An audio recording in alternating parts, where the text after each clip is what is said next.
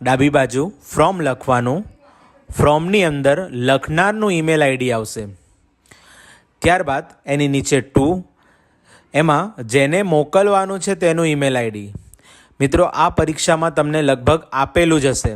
જે ટુ છે એ ઓલરેડી તમને મળી જશે અને એના આધારે ઉપરનું જે લખનારનું ઈમેલ આઈડી છે તમારે એ રીતથી તમે બનાવી શકો. એનો સબ્જેક્ટ એસયુબી એટલે સબ્જેક્ટ.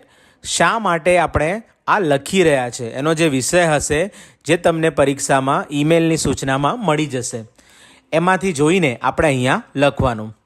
ત્યારબાદ તમારે નીચેની લાઈનમાં આ રીતે જ ડિયર ફ્રેન્ડ હોય તો જો ફ્રેન્ડ, ના હોય તો અંકલ હોય તો અંકલ, મમ્મી હોય તો મમ્મી, કઝિન હોય તો કઝિન, આંટી હોય તો આંટી, એટલે કે જે આપ્યું હોય અંદર ઈમેલમાં આપણે શા માટે લખી રહ્યા છે અને